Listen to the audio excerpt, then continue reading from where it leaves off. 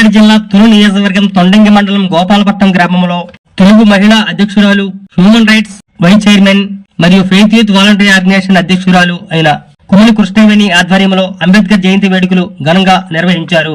ఈ కార్యక్రమంలో పలువురు వక్తలు మాట్లాడుతూ అంబేద్కర్ మహానీయుడని, ఆయన అడుగుజాడల్లో మనం జీవనం కొనసాగిస్తే ఎంతో దిందన ప్రవర్ధమానంగా ఆర్థికంగా అభివృద్ధి చెందగలుగుతామని, ఆనాడు ఆ రాజ్యాంగ ఫలాలు రచించిన కారణంగానే మనం ఈ విధంగా జీవనం సాగించగలుగుతున్నామని, లేకపోతే మన మానవుల జీవితం అగమ్య గోచరంగా ఉండేదని, దేశంలో ఎంతో మంది కొనియాడే వ్యక్తిగా అంబేద్కర్ ఎదిగారని, ఆయన్ని స్మరించుకోవడం ఎంతైనా మంచిదని అన్నారు.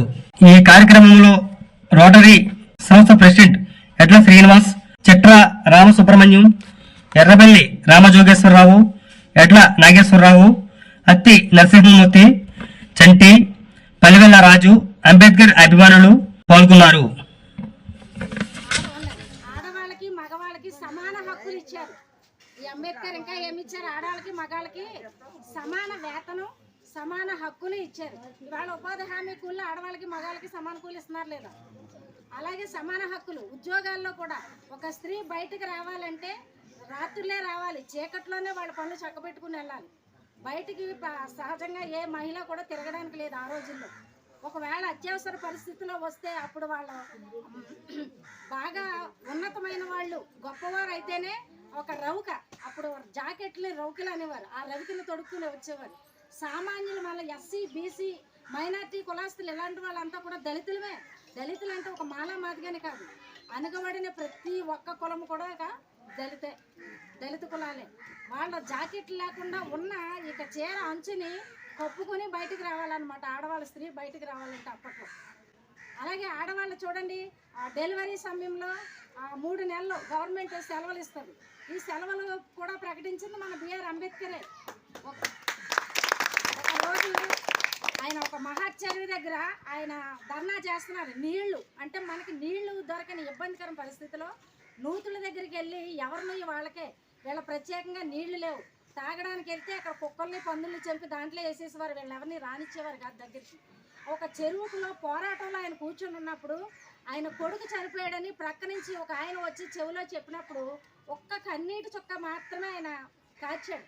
కాచి ఏమన్నాడో తెలుసా? ఇన్ని వందల మంది, ఇన్ని వేల మందిని విడిచిపెట్టి చనిపోయిన వ్యక్తిని వచ్చి నేను బ్రతికించలేను కదా, కన్న బిడ్డను నేను బ్రతికించలేను, ఆ కార్యక్రమం నా భార్యను చక్కబెట్టమనండి, నేను ఈ చెరువు కోసం పోరాటంలో ఉన్నాను, ఇది సాధించిన తర్వాతే వస్తానన్నాడు. అంత మహానీయుడు మన డాక్టర్ బాబాసాహెబ్ అన్ని రకాలుగా అనుసరించడం జరుగుతుంది.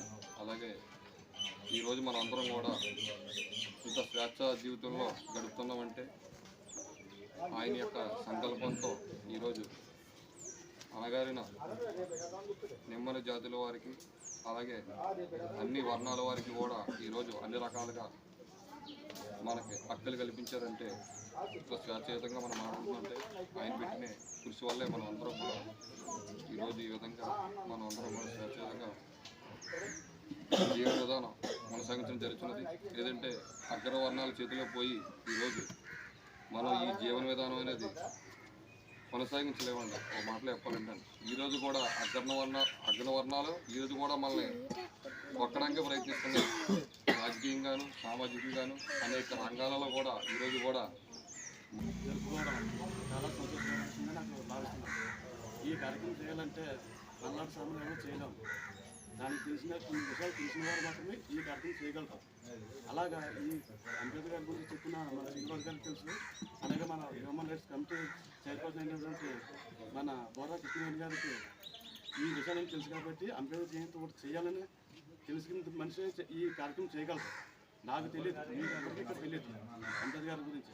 అలాగే మన కృష్ణవేణి గారి గురించి కార్యక్రమాల గురించి మాకు తెలుసు, మీకు తెలియకపోవచ్చు. ఆవిడ ఎక్కడెక్కడో తిరిగి ఎన్నో కేసుల్లో ఎన్నో గొడవలను చేసి చాలా సెటిల్మెంట్ చేసి ఒక మంచి పేరు తెచ్చుకుంది ఆవిడ. అలాంటి ఆవిడ ఈరోజు అంబేద్కర్ జయంతి ప్రోగ్రామ్ మనకు చెప్పడం మాకు చాలా సంతోషంగా ఉంది. మమ్మల్ని పిలవడం కూడా మాకు ఎంతో ఇంకా సంతోషంగా ఉంది. ఈ అంబేద్కర్ అనే వ్యక్తి ఎలా జీవించాలో చెప్పిన వ్యక్తి అంబేద్కర్. ఇది ఒక మనిషి, ఒక పుట్టిన వ్యక్తి, ఒక చదువుకున్న వ్యక్తి ఏ విధంగా ఉండాలో ఏ విధంగా ఉండకూడదో తెలిసి ఒక రాజ్యాంగం రాసి